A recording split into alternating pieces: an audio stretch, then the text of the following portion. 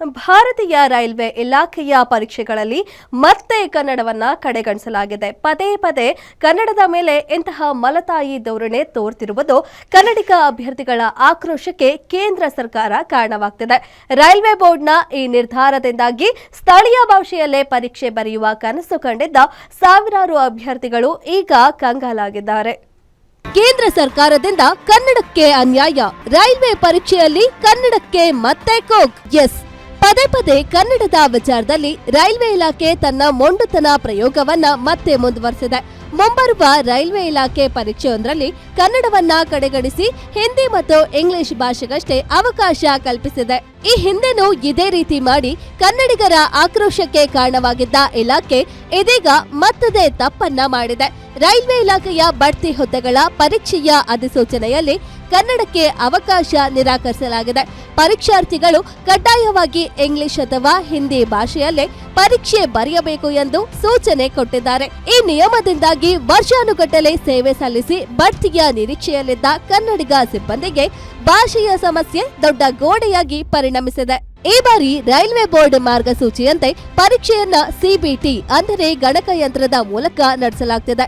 Computer ಆಧಾರಿತ ಪರೀಕ್ಷೆಯಾಗಿರುವುದರಿಂದ ಕನ್ನಡದಲ್ಲಿ ಪ್ರಶ್ನೆ ಪತ್ರಿಕೆ ಸಿದ್ಧಪಡಿಸಲು ಸಾಧ್ಯವಿಲ್ಲ ಎಂಬ ವಿಚಿತ್ರ ತಾಂತ್ರಿಕ ಕಾರಣವನ್ನ ಇಲಾಖೆ ನೀಡುತ್ತಿದೆ. ತಂತ್ರಜ್ಞಾನ ಇಷ್ಟೊಂದು ಮುಂದುವರೆದಿದ್ರೂ ಕನ್ನಡದಲ್ಲಿ ಪರೀಕ್ಷೆ ನಡೆಸಲು ಸಾಧ್ಯವಿಲ್ಲ ಎನ್ನುವ ಇಲಾಖೆಯ ಉತ್ತರ ಹಾಸ್ಯಾಸ್ಪದವಾಗಿದೆ ಎಂದು ಪರೀಕ್ಷಾರ್ಥಿಗಳು ದೂರಿದ್ದಾರೆ. ಇದನ್ನೆಲ್ಲ ಕಂಡು ರೈಲ್ವೆ ಇಲಾಖೆಯ ವಿರುದ್ಧ ಕನ್ನಡ ಪರ ಸಂಘಟನೆಗಳು ಕನ್ನಡಿಗರು ಭಾರೀ ಹೋರಾಟದ ಎಚ್ಚರಿಕೆ ನೀಡಿದ್ದಾರೆ. ರೈಲ್ವೆ ಇಲಾಖೆಯಲ್ಲಿ ಕನ್ನಡದಲ್ಲೇ ಪರೀಕ್ಷೆ ಬರೆಯೋದಕ್ಕೆ ಕನ್ನಡಿಗರಿಗೆ ಅವಕಾಶವನ್ನ ಮಾಡಿಕೊಡಬೇಕು ಕೇಂದ್ರ ಸರ್ಕಾರ.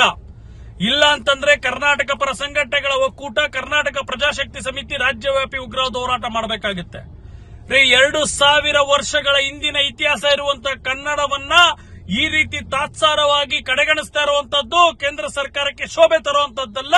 ಮಾನ್ಯ ಪ್ರಧಾನಮಂತ್ರಿಗಳು ಹಾಗೂ ರೈಲ್ವೆ ಖಾತೆಯ ಸಚಿವರುಗಳಿಗೆ ಇದು ಶೋಭೆ ತರುವಂತದ್ದಲ್ಲ ಮತ್ತು ಅಧಿಕಾರಿಗಳಿಗೂ ಶೋಭೆ ತರುವಂತದ್ದಲ್ಲ. ಇವತ್ತು ಪ್ರಪಂಚದಲ್ಲಿ ಯಾವ್ದಾದ್ರು ಒಂದು ಭಾಷೆಗೆ ತನ್ನದೇ ಆದಂತಹ ಸ್ವಂತ ಲಿಪಿ, ವ್ಯಂಜನಗಳು, ಒತ್ತು ದೀರ್ಘಾಕ್ಷರಗಳು, ಸ್ವರಗಳು ಇದೆ ಅಂದ್ರೆ ಅದು ಕನ್ನಡಕ್ಕೆ ಮಾತ್ರ. ಇನ್ನು ಫೆಬ್ರವರಿ 19, 20 ಹಾಗೂ ಮಾರ್ಚ್ 3ರಂದು ರೈಲ್ವೆ ಪರೀಕ್ಷೆ ನಡೆಯಲಿದ್ದು ಇಲಾಖೆಯ ಈ ಹಠಮಾರಿ ಧೋರಣೆಯಿಂದಾಗಿ ಕನ್ನಡಿಗ ಪರೀಕ್ಷಾರ್ಥಿಗಳಿಗೆ ದಿಕ್ಕು ತೋಚದಂತಾಗಿದೆ.